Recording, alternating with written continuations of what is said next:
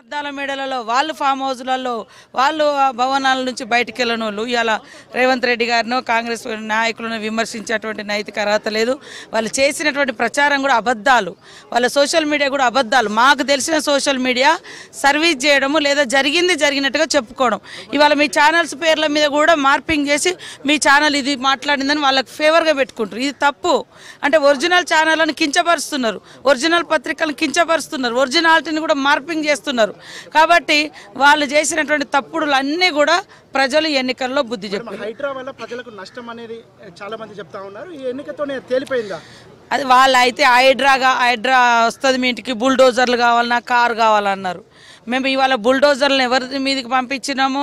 ఇవాళ కేటీఆర్ కుటుంబ సభ్యులు కబ్జాలు చేసి పేదల మీదకి నీళ్ళు ఇచ్చి ముంచుతున్నారు జనాలు, ఊర్లు.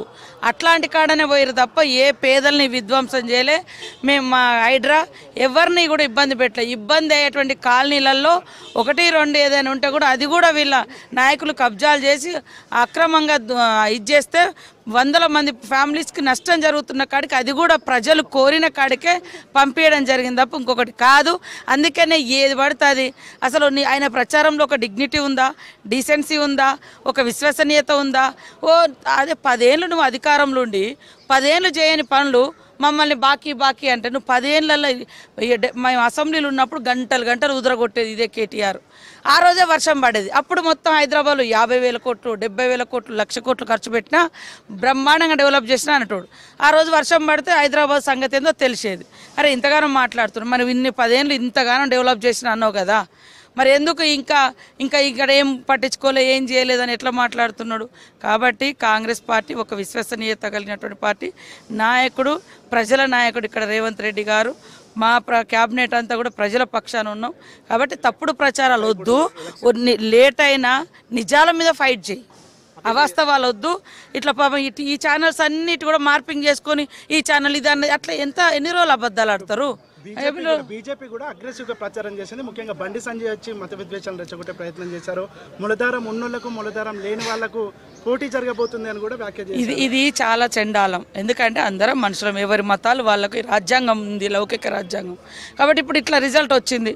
అయితే హిందువులను అందరూ నువ్వు కించపరిచినట్టే కదా అట్లా మాట్లాడడం, నీ ప్రయోజనాల కోసం. అది తప్పు. ఇలా అట్లాంటి విధానాలు తప్పు.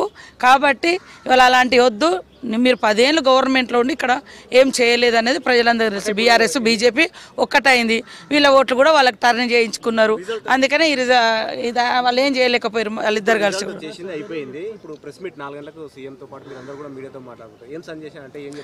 ప్రజల పక్షాన కాంగ్రెస్ ఎప్పుడు ఉంటుంది, ఎప్పుడు కూడా ఉంటుంది. ప్రజల ఆకాంక్షలు, ప్రజల సమస్యలను అడ్రస్ చేస్తాం. ఖచ్చితంగా ప్రజలతో ఉంటాం. తెలంగాణ రాష్ట్ర అభివృద్ధి కోసం పాటుపడతాం. మాకు కొంచెం టైం కావాలని చాలా మేము వచ్చిన కాడ నుంచి అంటున్నాం. ఎందుకంటే అప్పుల కుప్పగా మారింది. కొన్ని సంక్షేమ కార్యక్రమాలు చేయాలంటే కొద్ది ఇబ్బంది ఉంది. కానీ మేము ఎప్పుడూ పేదల పక్షాన ఉండే పార్టీ, భూములు పంచిన పార్టీ, పేదలకు ఇల్లులు ఇచ్చిన పార్టీ, మరి సంక్షేమం ఇచ్చిన పార్టీ. కాబట్టి కొంత ఆర్థిక ఇబ్బందులు ఉన్నాయని చెప్పినాము. ప్రజలు కూడా ఇచ్చిన వాళ్ళు కనీసం 10 ఏళ్ళలో రేషన్ కార్డులు ఇవ్వలేదు, గతి లేదు. ఇవాళ పేదలకు సన్నబియ్యం ఇస్తామని కేటీఆర్ని అడిగితే ఇట్లా పంచుకుంటూ పోతే అన్ని పోతాయి అన్నాడు. మరి మేము ఎట్లా ఇస్తున్నాం? ఇవాళ పేదల ఇళ్లలో కరెంటు వెలుగుతుంది ఫ్రీగా.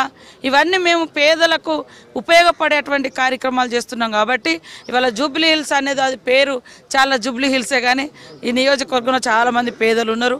వాళ్ళందరికీ కూడా ఇందిరమ్మ ఇల్లులు ఇస్తాం, తప్పకుండా గల్లీలు బాగు చేస్తాం. ఇవన్నీ కూడా వాళ్ళ సంక్షేమం కోసం కట్టుబడి ఉంటాం. మేము ఖచ్చితంగా చిత్తశుద్ధితో ప్రజల పక్షాన నిలబడతాం. బీఆర్ఎస్ అభ్యర్థి వాగంటి సునీత కాసేపటిగా మాట్లాడుతూ ఇది నైతిక విజయం తనదే, కానీ రౌడీజం చేశారు, దొంగ ఓట్లు వేశారు, రిగ్గింగ్ చేసి గెలిచారు కాంగ్రెస్. ఇలా వాళ్ళు ఫస్ట్ ఏదో ఓట్ల తీసుకొచ్చారు. ఒకడేమో సిరిసిల్ల నుంచి వచ్చి ఓటు ఇక్కడ పెట్టుకున్నాడు. 2018లో నేను ఎమ్మెల్యేగా నిలబడ్డప్పుడు మా దగ్గర కూడా ఇక్కడ ఓటేసి అక్కడికి వచ్చారు. అడిగిన అక్కడ టీఆర్ఎస్కి వేసినాం, ఇక్కడ నీకు వేసినాం అని కొంతమంది అన్నోళ్ళు ఉన్నారు మాకు. లేదా కొంతమంది అక్కడ వేసినాం, ఇక్కడ వేసినాం, రెండు. అంటే అట్లా డబల్ ఓట్లు చేర్పించిన చరిత్ర బీఆర్ఎస్ది.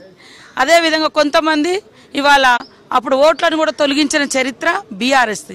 మాకు అసలు అలాంటి ఆలోచన కానీ దాని మీద మా నాయకుడు రాహుల్ గాంధీ పోరాడుతున్నాడు. సేమ్ టైంలో మాకు అట్లాంటి ఆలోచన కూడా లేదు. అలాంటి పట్టు ఈ 10 ఏళ్లలో ఈ హైదరాబాద్లో ఏదైనా సంపాదించారు అంటే కబ్జాలతో పాటు ఇట్లా దొంగ ఓట్లు వేయించుకునే సంస్కృతి సాంప్రదాయాలు బీఆర్ఎస్ తీసుకొచ్చింది వాళ్ళే. ఇలా వాళ్ళు పోయి ఆ నవీన్ యాదవ్ ఇంటి మీద ఆఫీస్